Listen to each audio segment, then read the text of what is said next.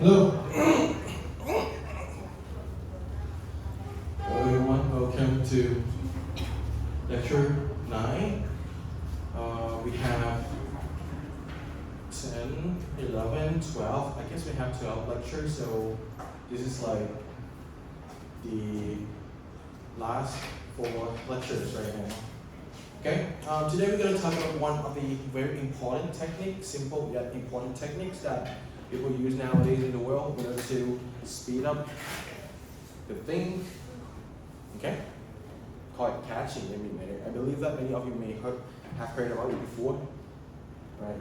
Before we get into the data caching, just to explicitly announce that next week we do have project proposal presentation on Tuesday. On Wednesday there will be another lecture which is about query acceleration. So please prepare the project proposal, okay? If you don't start now, I don't think you're gonna get it on time beautifully, okay? What the hell is project proposal? Project proposal, basically the thing that should tell us, right, what you would like to do. The key important thing is the clarity of the project proposals. If the project proposal is not clear, then we may interpret what you want to do in a different way. And that would be a trouble because we would use the project proposal as the thing to grade you. Okay? So you write that this is I want to do, this is what I want to do, this is what I want to do. In the solution part, in the plan, in the goal part, we will look forward to what you wrote at the end of the semester, okay? During the final project presentations. If you can deliver as what you state, then it should be fine, everything should be good, okay? But if somehow what you wrote is not clear, and we interpret it differently, then if you're saying that, hey, this is not what we expect, you're gonna get into a trouble, okay? Not a trouble, you just not gonna get a good grade, right? So, when you write a project proposal, say the thing clearly and explicitly. For example, if you want to do web application, just say the way that you want to do a web applications, okay? Don't just say that I want to do an application that can do this. Because we don't know which kind of application you want to do, right? State right away that this is the features that you would like to implement. Just don't say that, hey, I would like to do a hospital system. That's it. We may interpret that the hospital system is a fully functional hospital system that people use in the actual hospital. And if you cannot deliver that at the end of the semester, you're not going to get a good grade, right? So okay, it's all about clarity. We don't want a lot of work. We want the project to be simple, clear, systematic, 3 things, okay? We don't want it to be, oh my God, this is like a very ambitious project. And if you are very ambitious, I really encourage you to do that. But our expectation is not something very ambitious. It's about something simple, clear, and systematic. Okay? I think I talked about this all. Okay, so the project proposal presentation will be 5 minutes presentations. 5 times 15. 5 times 15, we got 75. We should fit within 2 hours, right? The block of 2 hours. So, since it is only 5 minutes presentations, don't put a lot of details onto the presentations. I didn't mean onto the slide. You may put more detail on the slide, but when you present it, you don't need to say everything. Just need to say the key things, right? The key important things. Okay? But this may be a little bit a conflict because normally when you create a slide, I don't want you to put a lot of text on it as well. So if you really have details that you would like to put into the proposal, but you don't want to put it on the slides while you're presenting, maybe put it as a backup slide at the end. So and that part you're not going to present it. You just put it as an additional details. Okay, if you do have a lot of details, right? Just put it aside at the back, right? Okay, 5 minute presentation for me. Get it to the point as soon as possible. You don't have time to tell a very good stories, right? It's not a movie that you have 1 hour.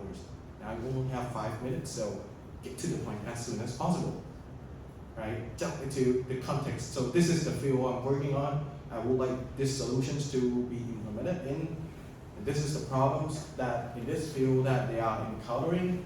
This is our solutions, our database driven solutions. Then eventually you're talking about the plan and the goals, right? That you would like to implement. How would you like to implement it? Okay? Any questions regarding the proposal presentations? Okay, it's only 5 minutes. You don't have time to say a lot of things. Just get to the point as soon as possible. But so this will be the hard things. You need to make it. You need to get to the point as soon as possible, but you need to still make the content clear, crystal clear, as I told you yesterday, right? Make it crystal clear. Okay? If you're not sure, you practice the presentation with your friends and ask whether your friends understand as well as you or not. Okay? I really recommend you to practice the presentation as well, right? Any questions? I don't think you have it. Okay, let's jump to the lectures. So, just to recap, we're talking about this in lecture. We were talking about this in lecture 3, if I remember it correctly. Principle of localities. Not sure whether you still remember it or not, but let me recap real quick. So we have 2 terms back then: temporal localities. Temporal locality means that, let's say you have a lot of objects here, data objects, which means it could be like maybe an information of one people, something like that, or information of one entity, right? And then, let's say you access the data, information of the object A, good, you access it again, A. So this is what we call a patterns, an access patterns. But it is an access pattern where whose characteristics, we could call it, it has high temporal localities, which means it's kind of like access the same objects again and again and again and again. So we call that this access pattern has high temporal localities. Okay? There are another term as well called spatial localities. Spatial locality is like if you first access object A and then you continue to access the nearby objects B, C, and D like this in the sequential patterns. It doesn't need to be sequential, but in the pattern that you access the object that is close to the previous object, then you could say that this access pattern has high spatial localities. Okay, so there are 2 terms here. A good program, if you want to access the data very fast, a good program should have high temporal localities and high spatial localities, right? If you don't remember this, get back and watch lecture 3.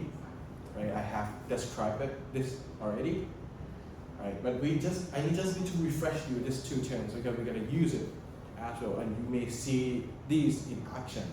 Okay, so let's see some motivation before we get into the actual contents, technical contents of these lectures. You know, Google. Who here use Google? Who here have used Google? I think all of you have used Google before. So we are in Thailand right now, right?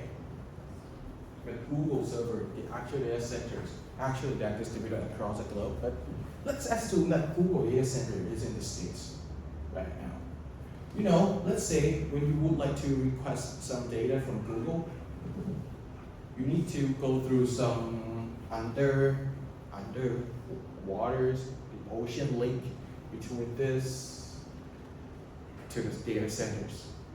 So there is no magic, right? The Wi-Fi that you use right now, nowadays, It's not like, it's like, okay, let's say I'm trying to connect to the network using this mobile phone, right? This mobile phone will try to grab the signal from the routers, right? There will be like some carrier wave, electromagnetic signals, and then send the data through the signal. Then each routers, it will connect to another routers, connect like blah, blah, blah, blah, and then send over the oceans, the sea, until we get into these data centers, right? Well, when you try to transfer or move data from one place to another place, it takes time. Definitely, there's no free lunch. Even though it may feel, for you, it may feel that in an instance, but actually, when you communicate between this and this, it's gonna take like 200 milliseconds. It doesn't sound like it is a large number, right? 200 milliseconds. Well, if you are like a gamer, you play a lot of games, you may not want the response time to be like 200 milliseconds. It's too low, right? That's gonna cause you some trouble. Let's say if you're trying to visualize some real-world visualizations, some real-time visualizations that you would like it to update as soon as possible.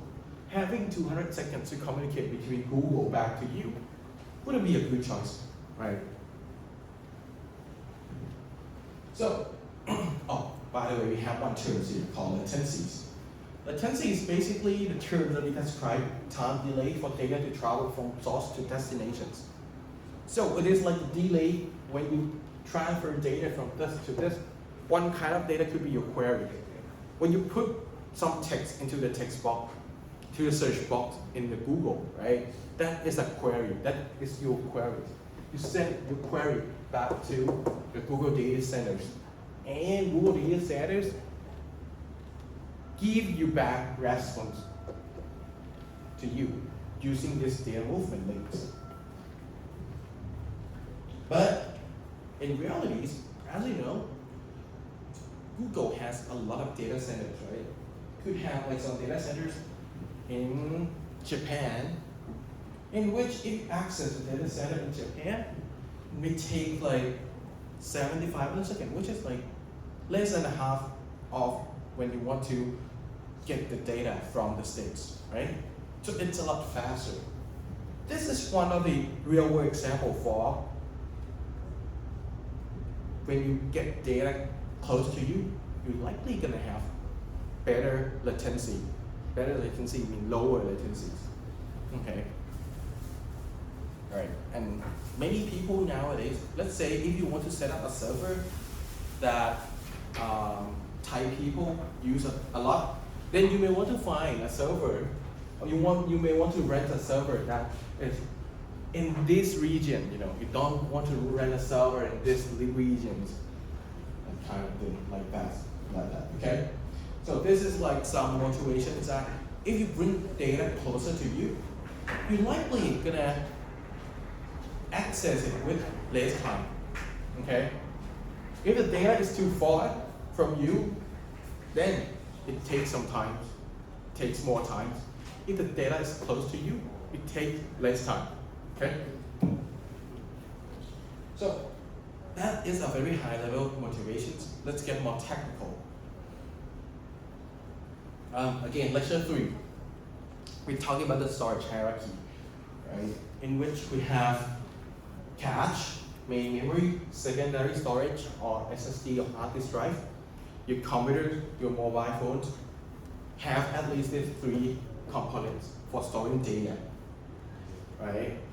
So I think most of your computers has like SSD, solid state drive, as your secondary storage.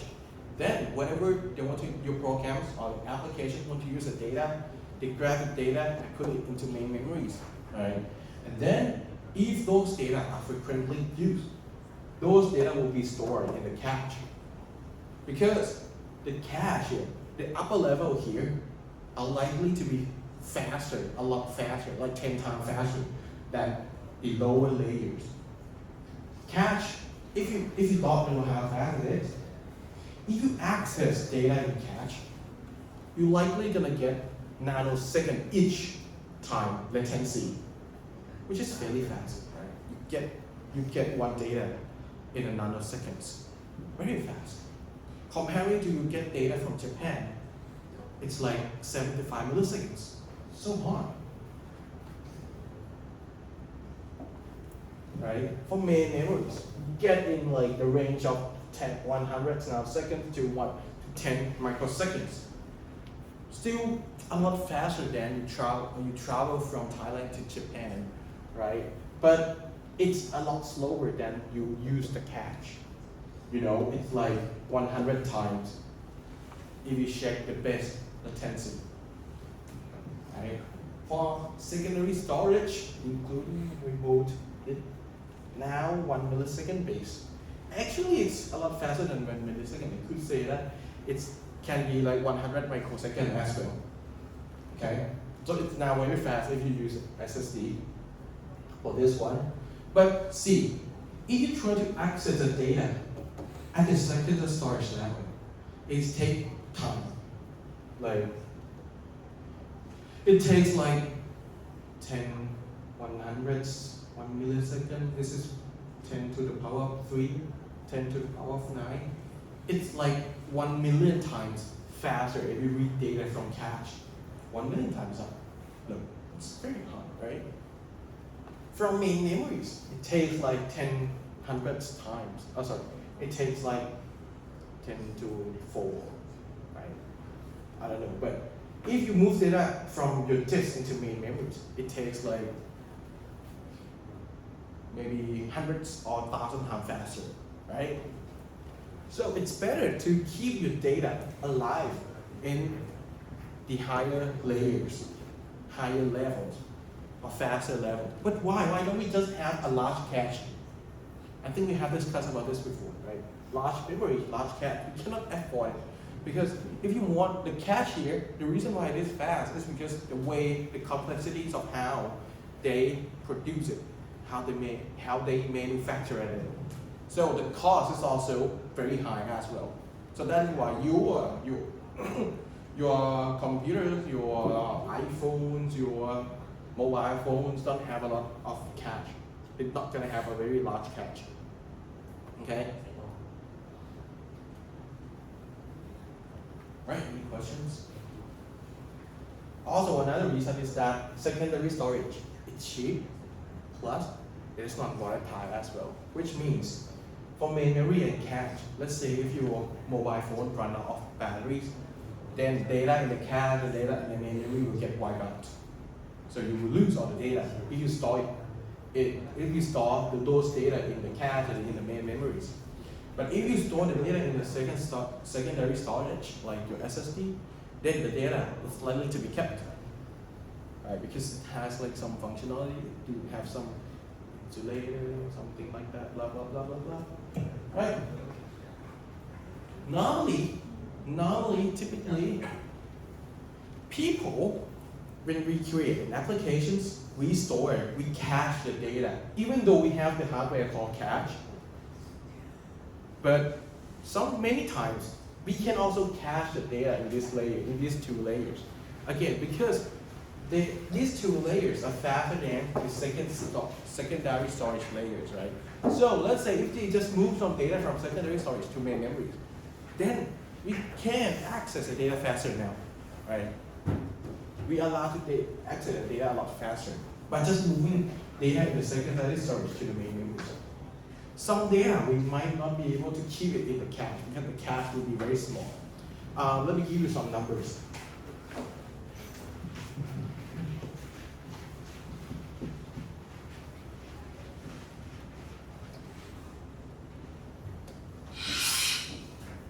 Normally for cache, I think we typically have like 16 kilobytes up to, I think around 16 megabytes, something like this.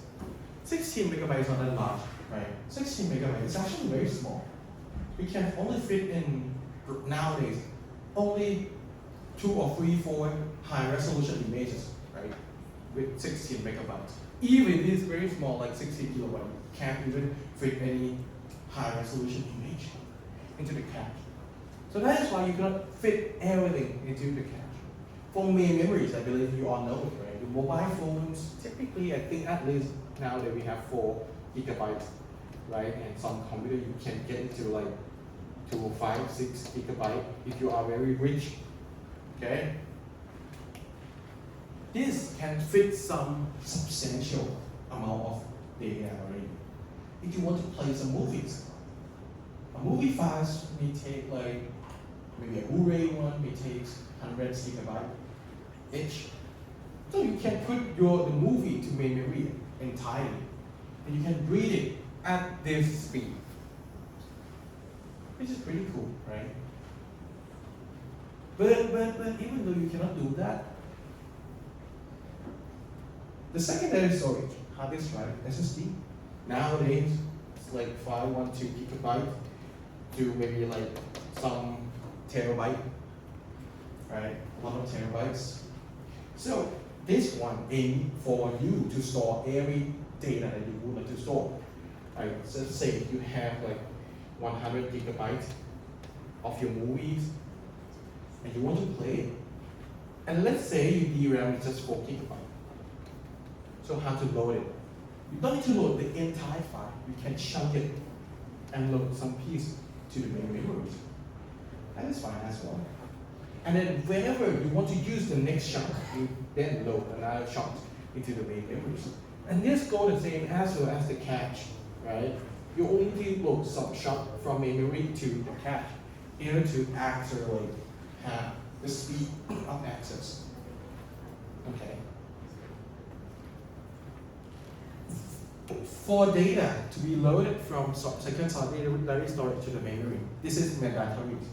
If you don't load data from secondary storage to main memories, you won't be able to use that data. Your program won't be able to use that data. But from main memory to cache, this is optional. So this is optional. This is mandatory. So you don't need to move data from main memory to cache. You only move it whenever you think that that data will be likely to be used. Okay? So if we notice that, hey, this data will be used very frequently, then you may first move this part of data into main memory. And this approach, this scenario, we call it doing software caching. Right?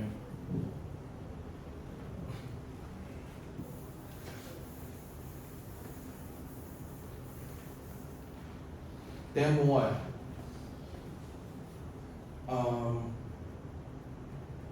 inventive one that people use nowadays, because hard disk drive and solid state drive. Hard disk drive, if you want to store a lot of data, hard disk drive is still a good choice.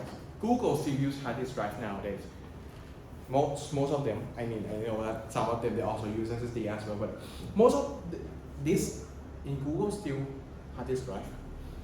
Even though they are slower than SSD, but they're a lot cheaper, like 10 times cheaper, so why not, right? And SSD, lifetime of the SSD are not quite impressive compared to the hard disk drive. So that's why Google tends to use hard disk drive. And whenever they want to accelerate the things, they can bring the frequently used data. Okay, I always use the word frequently used data. Bring from hard disk drive, so they have like the hard disk drive layers, and they bring the frequently used data to the solid state drive.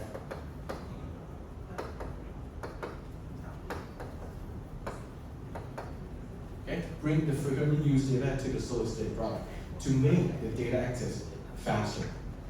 Okay?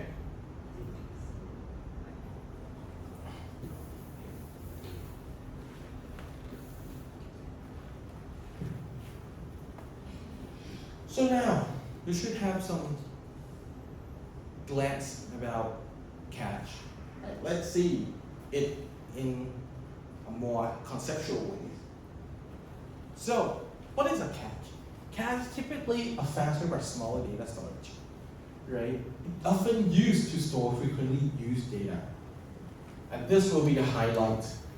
Why? Why we want the cache to store frequently used data?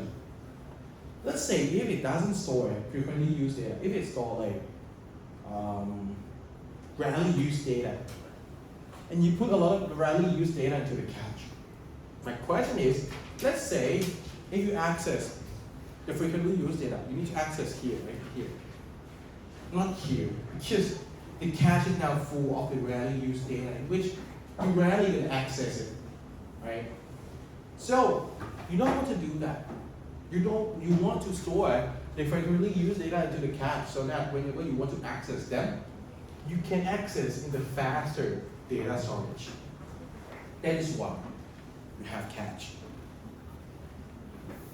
So now I only use the word cache in data storage. Just know that this cache doesn't need to be the hardware. It could be an SSD as well. It could be some software cache as well. Depends. Right. So first, when we start the system, the cache is typically be empty. No data is loaded into the cache when you start the system. This situation, we call it cold cache. Cache doesn't have any data when you initialize it. Right. So, which means before you can use a cache, you need to load some data into the cache first, right? So let's give you some example to get you understand more, right? So let's say I have this access pattern. So I'm going to call this an access pattern.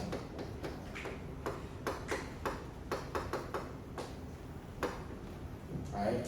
I now have 8 data objects in the data storage. Object 0, 1, 2, 3, 4, 5, 6, 7. Right? And I want to access the objects 0, 1, 2, 3, 4, 0, 0, 1, 2, 3, 5, 6, 7 sequentially. Again, I use it sequentially, which means I need to go from 0, 1, 2, 3, 4, 0, 1 by 1. I cannot just, okay, do 0 and jump to this 0, 0. No. Okay, if that's the case, let me ask you, what should be in the cache? Which objects should be in the cache?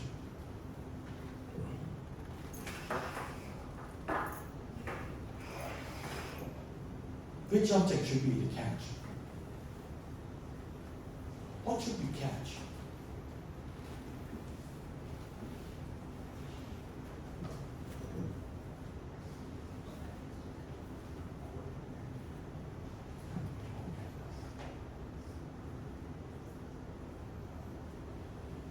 Go here, think that object 0 should be in the cache.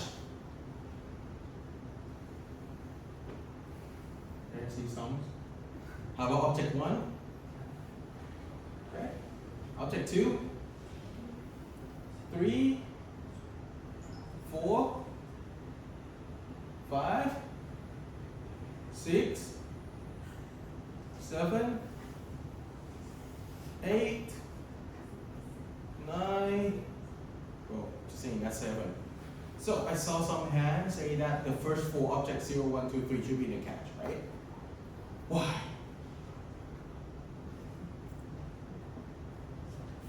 So I would say that is correct. If you see the frequencies of your access path, you're going to see that these, for the first 4 objects here, it access the data more than once, right?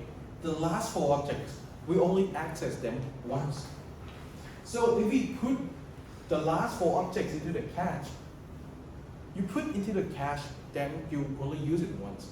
Comparing to if you put the first 4 objects into the cache, you use it multiple times. It's not worth, right, to put the last to put the last 4 objects into the cache, because you only need to use it once. So likely you could put the frequently used data into the cache. And whenever you access them, 0, you get the data into the cache, right? You access 1, you get the data from the cache. You access 2, you get the data from the cache. Access 3 from the cache. Access 4, okay, this is unfortunate. You need to get from the data source. 0, 0, 1, 2, 3. Again, this is unfortunate. So you can see that the number of the data that you need to get from the cache is like 1, then you can't get it from the cache. It's like 1, 0, 2, 3, 4, 5, 6, 7, 8, right? Can access 8 cached object and 4 non-cached objects, right? If you put 0, 1, 2, 3 to the cache, right?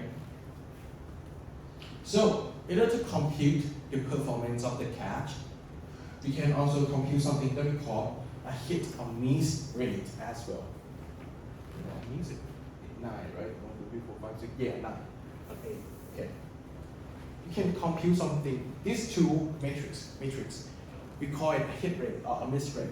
I mean, miss rate is just an inverse of the hit rate in a way. So, hit rate is you count the numbers that you hit the cache. Hit the cache means that you are allowed to access the object in the cache because the object exists in the cache. So 0 here, hit, right? 1 hit, 2 hit, 3 hit, 4, we miss the cache. So we call it a cache miss, right? 0 hit, miss, right? If we compute the ratio between the hit rate and the overall, the number of the object, we're gonna get 9 over 13, which you're gonna get 69 point something percent. Right? This is a performance of your cache. I'm not gonna say whether it is good or bad, but yeah. But if we move 4, 5, 6, 7 into the cache, then now it will be flipped, right? Because you only have only 4 over 13, which is only 31%. You want it to hit as much as possible. So we should use 0, 1, 2, 3 and put them into the cache. Okay? So given this scenario, let's be more realistic. Okay, even though now you have hit rate and miss rate, let's compute some measures that reflect the real world much more, which is time. Let's say if the cache is hit, it takes 1 millisecond to read objects from the cache. If it is missed, it takes 10 milliseconds because you need to read the data from the data storage. Given the previous scenarios, given these scenarios, the total time would be around 49 milliseconds, okay, for access these objects. But if, let's say, if you put, this one is like you cache 0, 1, 2, 3, right? So this is cache. Sometimes I may use this, okay? So this is the way I write cache, right? Let's say if you put 4, 5, 6, 7 to the cache, then now you're gonna get only 4 hits, right? And 9 is. It will be 94 milliseconds. So 94 milliseconds here, it's like 94, 49. I think it's around 2 times slower. It's 2 times slower. You don't want this, right? You want to access it as soon as possible, right?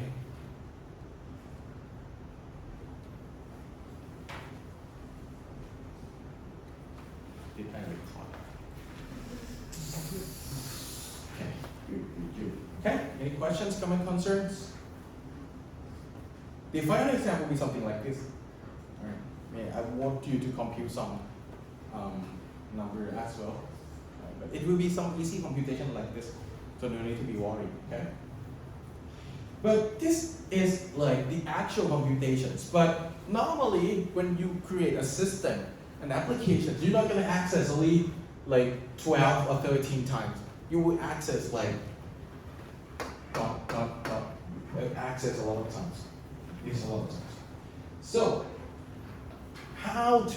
let's say how to determine whether, let's say if you're gonna have this pattern and you access this for a long time, how should you measure the performance of it? One of the ways is you can compute something that we call an average read times, average access time, not read times, to be honest, you can access. The average access time. In the case that this will run in this pattern forever, or in a long, very, very long time. Instead, I recommend you to compute the average access time. So here I got, so it's basically you just need to change from the number of hits and the number of misses to the hit rate and the miss rate here. In which hit rate and the miss rate, when you add them together, should equal to 1. Okay, because it's just an inverse, right? So now I get like 3.79 millisecond per access.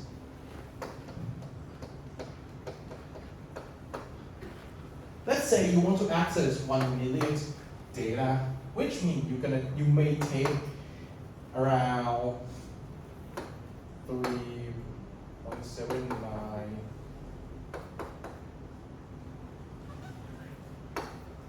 seconds, 3,000 something seconds, which is around 1 hour, I guess, right? To access 1 million objects.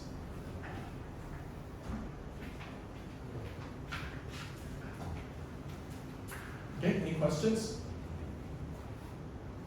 So, what I want to say here is, you know that you may have a chance to get the faster stored data storage. You can use it as a cache, but you need to think wisely. What should you cache? Okay? But this is very simple. This is very idealistic because you know all the data access pattern in advance. You know the data access pattern in advance. In real life, how are you going to know whether you will access this data, right? Most of the time, no, you're not going to know what to access because it may depend on users, your application users. They may randomly try to access something random.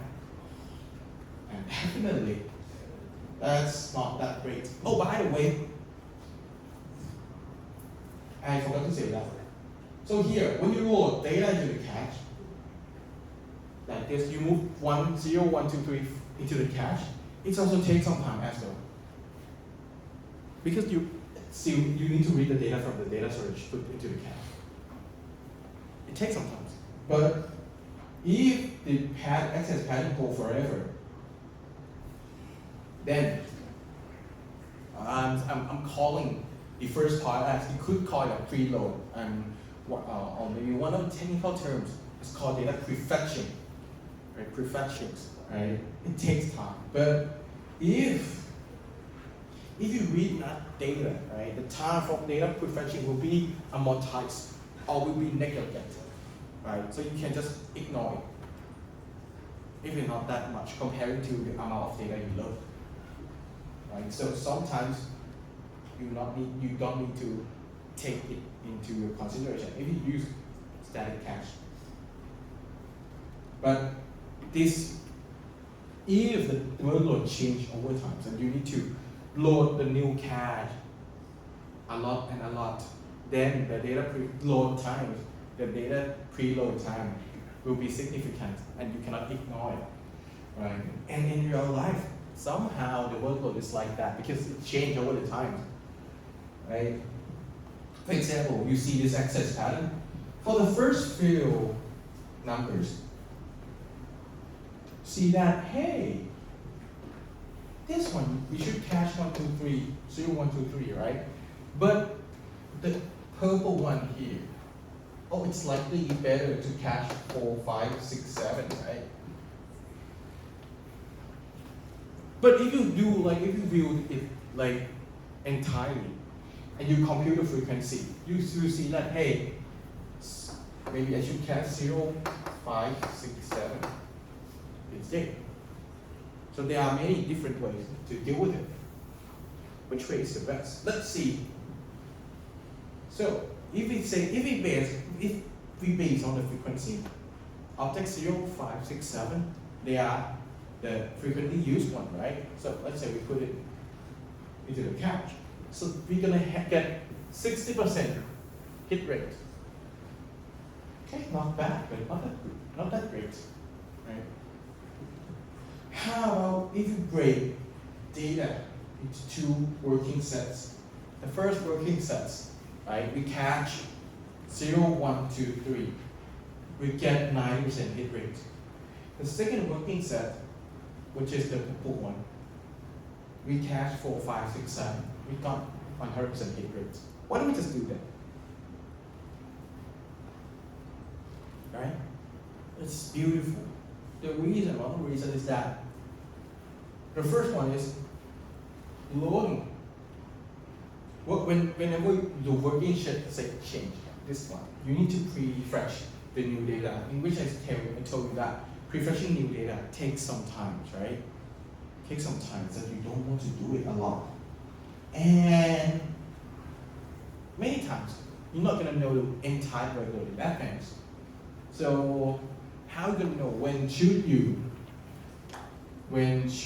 draw this line between working sets? Okay? So that is why, alternatively, from putting things in the cache in advance, you may want to do it heuristically instead, or dynamically instead. So we're going to use something that we call cache replacement policies. There are a lot of approaches to deal with these situations. FIFO, which I'm a little sorry you may have heard of it. First in, first out, least recently used, most recently used, clock to queue. We're going to talk about only first three. And these two, the last two are maybe a little bit too advanced. If you want to learn more, that's fine. Or here. So let's see. If it is FIFO, if you use dynamic caching and you want to utilize cache replacement policies, first you start with a cold cache, right? And you try to access. So imagine that you don't know the workload in advance. So you don't know the rest, right? You only know that first you will access zeros. So when you access 0, you need to read the data from the data source, right? Which means we miss. Then you access 1. Also miss also, right? Because you need to grab the data from the data source. Access 2, okay, miss. Access 3, miss, right? Access 4, miss, but your cache is full.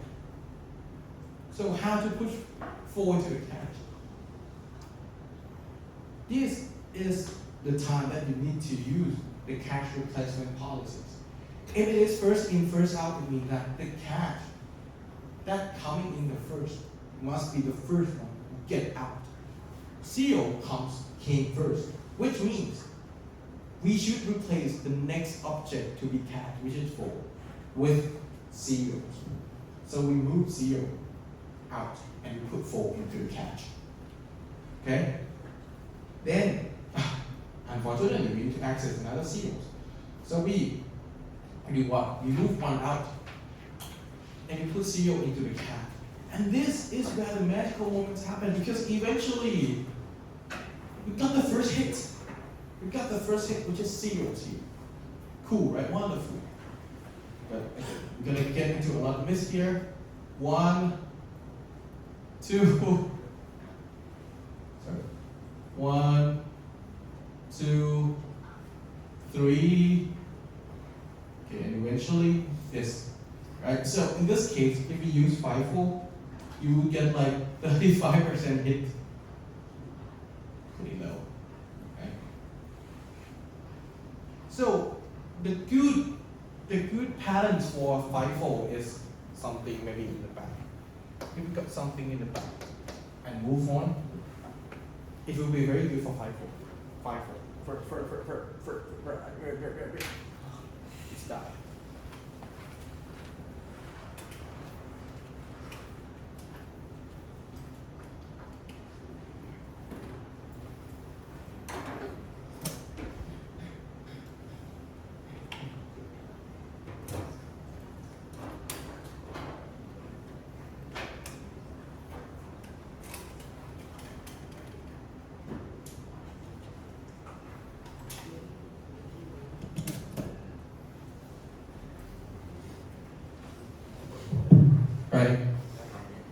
So if you have the patterns like this, then you're gonna get a lot of hits, right? Let's say you have like, you continue having like 4, 5, 6, 7, 6, 5, 5, 4. This will hit, right? It hit again, 5 hits, 7 hit, 6 hit, 5 hit, 5 hit. It will be all hits after this, right? Why? If you look carefully, it is because that the workload that you are accessing at this moment is the working set that is small enough to be fit entirely in the cache. So if you can fit that working set into the cache, the entire working set into the cache, if you use FIFO, cool, wonderful, right? You would always gonna get cache hits, except the first lot run that you need to load the data into the cache, right? For example, like this, right? If you see, we only have, if the cache can fit only 4 objects, and it reads 0, 1, 2, 0, 2, 1, 3, 0, 1, 2, blah, blah, blah, blah, blah. Only the first 4 objects, right? This one miss, right? Miss, okay? And this 3 will be missed, and the other will be hit or hit.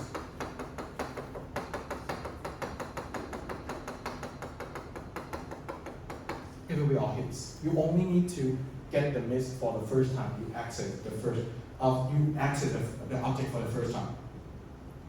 Right? So hit rate. If you remove the part that you get missed for 4 times and you run long enough, it will be really close to 100%. But FIFO is not the good things. It's not that good. It's great. I cannot say that it's not bad. I can't say that it is not bad, but there are some others more intelligent policies. And one of them is what we call least recently used. Least recently used. First, let's load all the things first. So we load all first 3 into the cache. You can see that whenever we load things in the cache for least recently used, I tag it with T.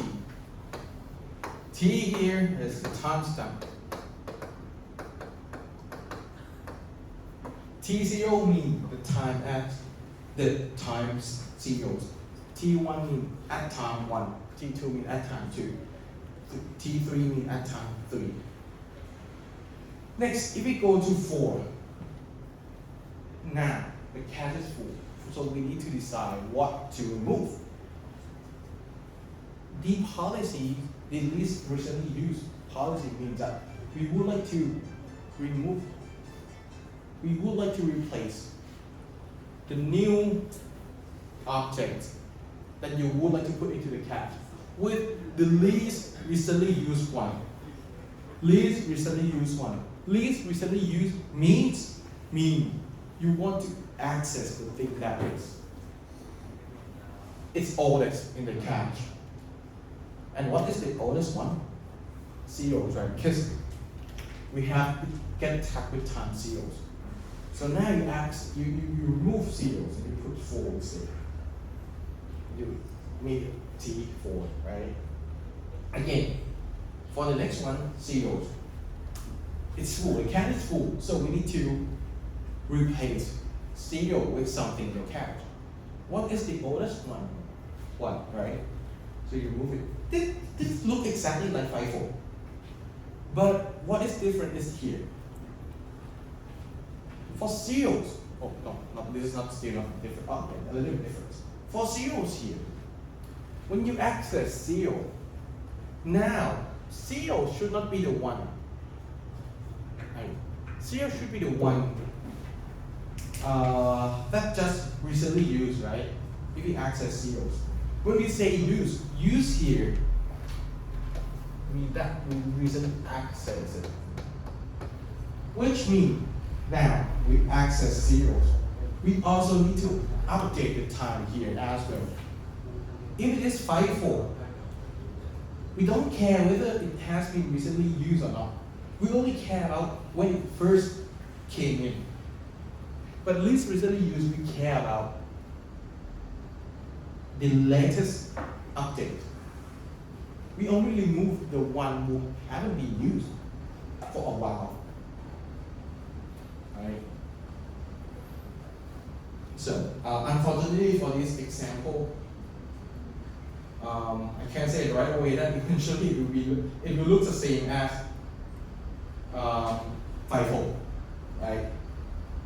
But for some workload like this, like the one below here. So we try to read 101, 100, blah blah blah. Okay, this would be miss, hit, catch. It's now 0 and 1, right? Hit, miss, 2, hit, miss, 3, hit. And you see this, we're trying to access 4. 0, 1, 2, 3. We just recently used 0 and 1, right? So likely that 2 here is a least recently used one. So we give it 2. But if we use FIFO, the one who would get out would be 0, right? Because it is the first who came in. So this is a difference. So you put 4 in. And the good thing is that if you have 0 and 1, so you get hit. 5 here, 3, you get 3 hits. 5. Miss, hit. 2, miss, hit. If you have workload that a small working set that can be fit in the cache with some noises gonna be like, let's say you want to access 0 or 1 repetitively, but you may have some noise like 2, 3, 4, 5, 2 that you occasionally access it. You not access it often. Then using LRU will be very adaptive. Right? Because when you evict it, it's likely gonna evict those noise, not the working set that you are working on. So this is the benefit of LRU. The hit rate will likely be 100% subtracted by the noise. For this one.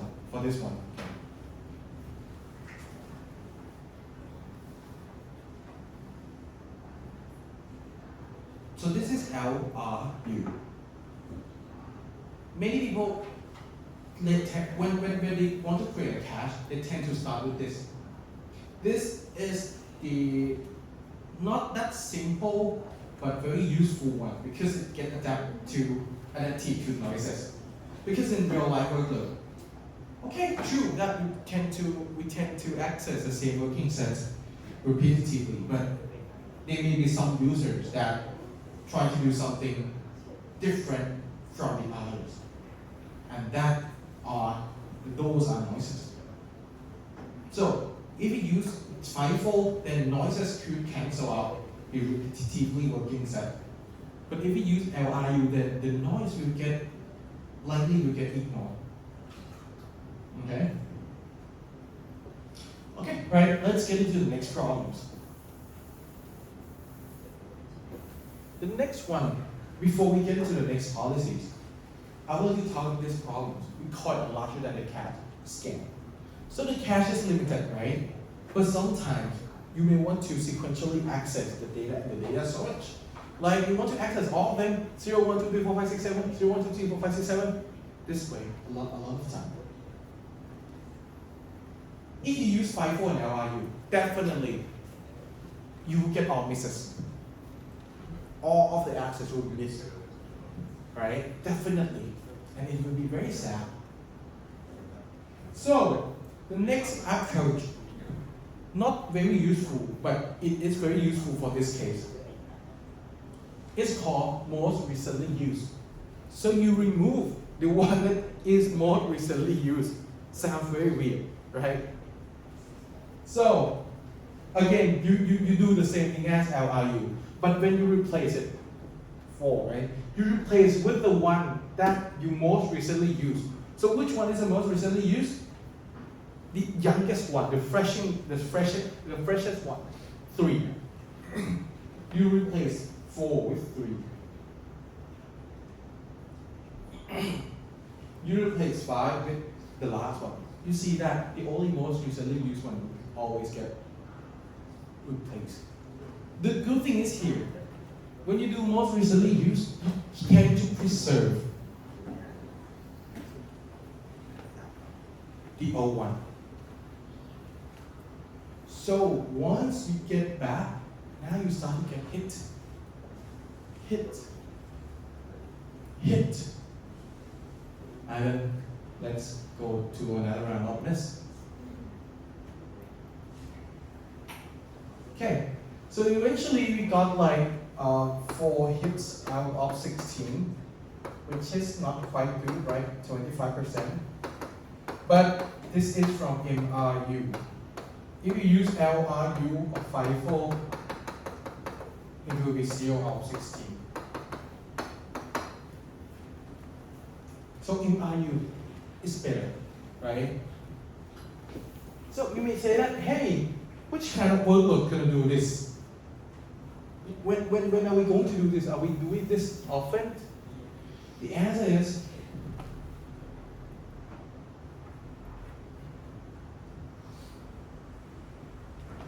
okay, I forgot. So this is a code list. So if we go in this path forever and ever, you likely to get 50% hit. Okay. The preferred workload would be when you scan the thing. Scanning, you read all the thing. That is larger than the cache. A quick example is that you have this. Let's start from the table. And you also do another let's start from the table, in which many people will write a database application do it. Just keep scanning the same tables. You keep scanning the same tables. If you have MRU, then it's likely to be good, right?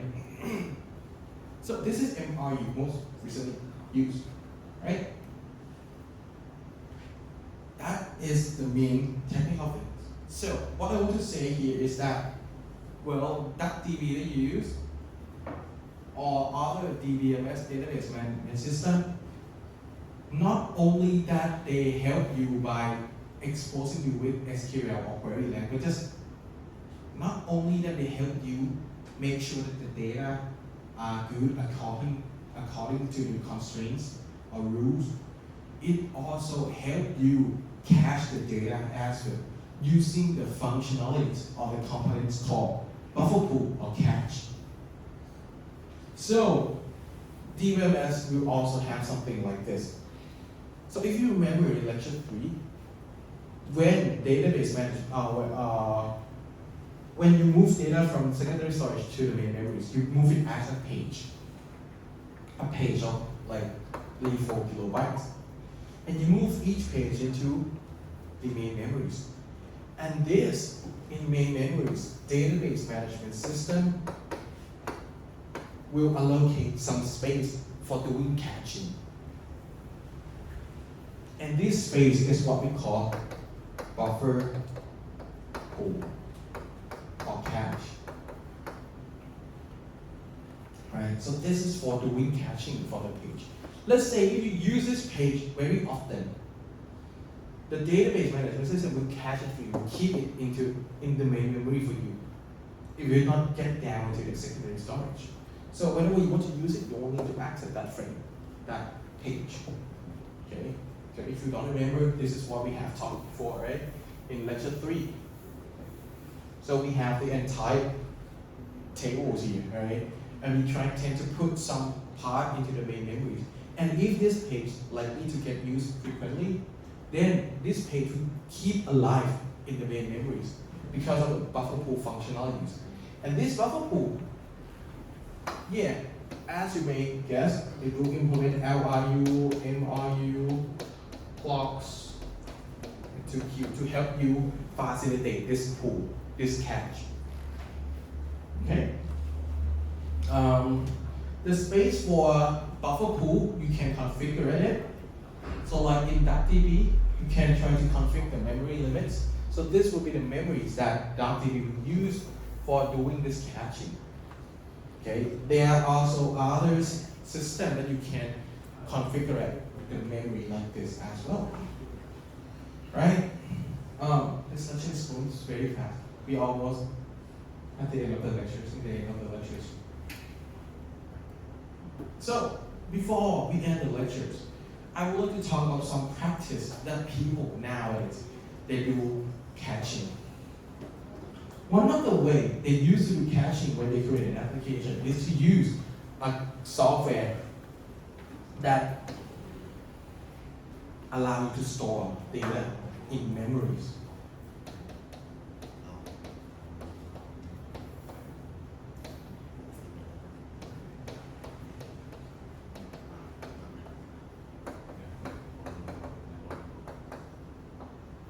Some in-memory data storage software.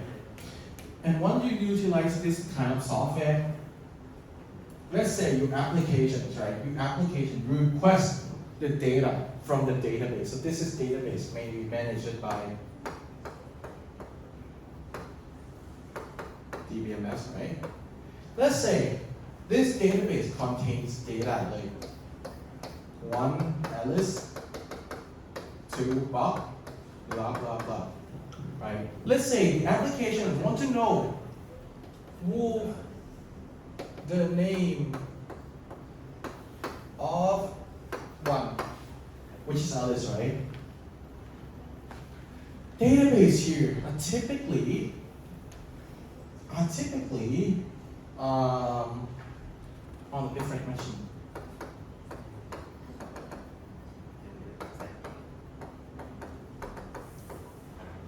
Right? On the different machines. If you access the database here on the different machine, take some time.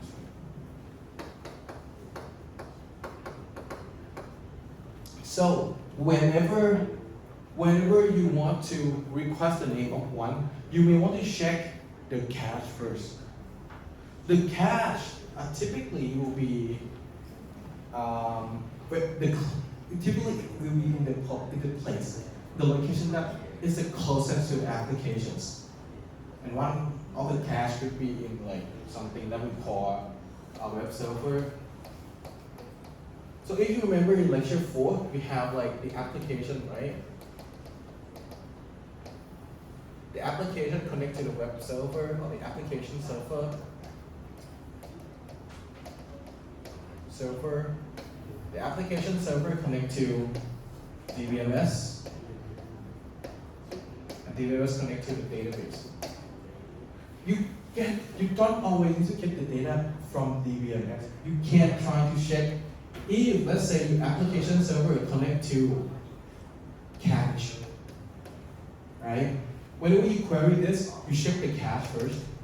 If the cache hits, then you don't need to travel to DBMS and the database here. You can send back the result to the application using this path, which is shorter and likely to be faster. But if you cannot find the answers, then you need to go to the hard path, which is DBMS. This one, which is slower. It is faster. So this is a role of in-memory data storage software that you can use it as a caching tool, right? This will not be the exam, don't be worried, but I just want you to know that there is like a technique like this that you are allowed to create your own cache. By the way, so this is what we call Redis, right? This doesn't implement those cache replacement policy, so you may want to implement it by yourself. Okay?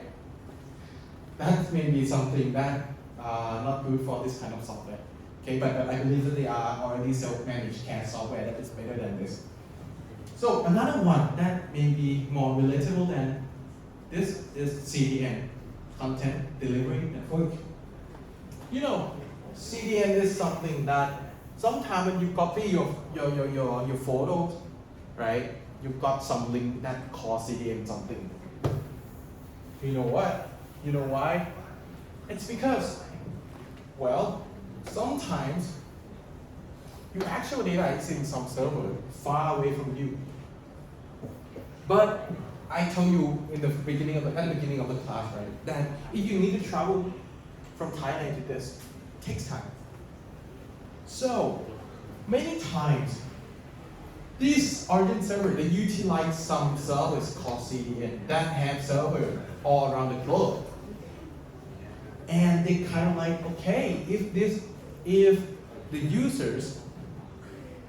many users in that area frequently use this kind of data, store them, cache them in the what we call an edge server or CDN server. We store them in the regions, in the server, close to the regions that the user uses. Which means, if you want to access that data that is frequently used by many users, you're likely gonna access the CDN server, that's it. You access the cache content. But if, let's say this server, a server or CDN server doesn't contain the content you want, okay, you can still go back to the origin server and get back the content. So this is CDN, Content Delivery Network, which is one of the application that use caching, the caching concept. Okay. So for the final exam in this part, I expect you to understand the cache replacement policies and be able to compute some time, right? And be able to select like which cache replacement policy should you use based given the workload as well. So this will be one of the final exam questions, okay?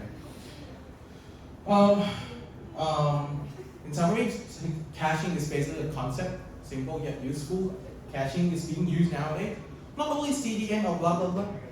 In your web browsers, mobile phones, applications, database management system, they have caching.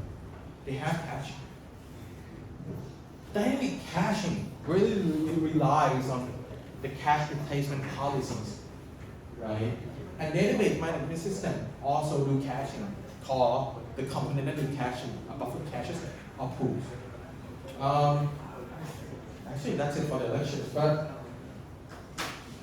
since we have some time, so I will give you some spoilers on the final exam, right? I know that it's a little bit ahead of time because you still have like 1.5 months left, maybe less than that. So let me open up the final exam. Oh, it's here. Okay, I should not record it.